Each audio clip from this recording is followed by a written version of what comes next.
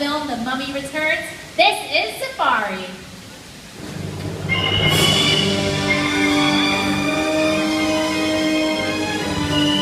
Everyone just remain seated. I promise you will get a good look at Safari in just a moment.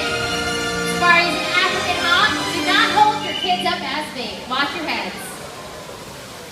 That's a fantastic flight from our African hawk, Safari. Nice catch there, Kim.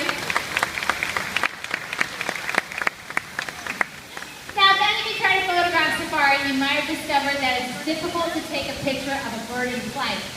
Birds and Animals has overcome this with a special effects technique called the wind machine. You've seen it used in all of the Harry Potter films, and we're going to show it to you right now with the help of Nico.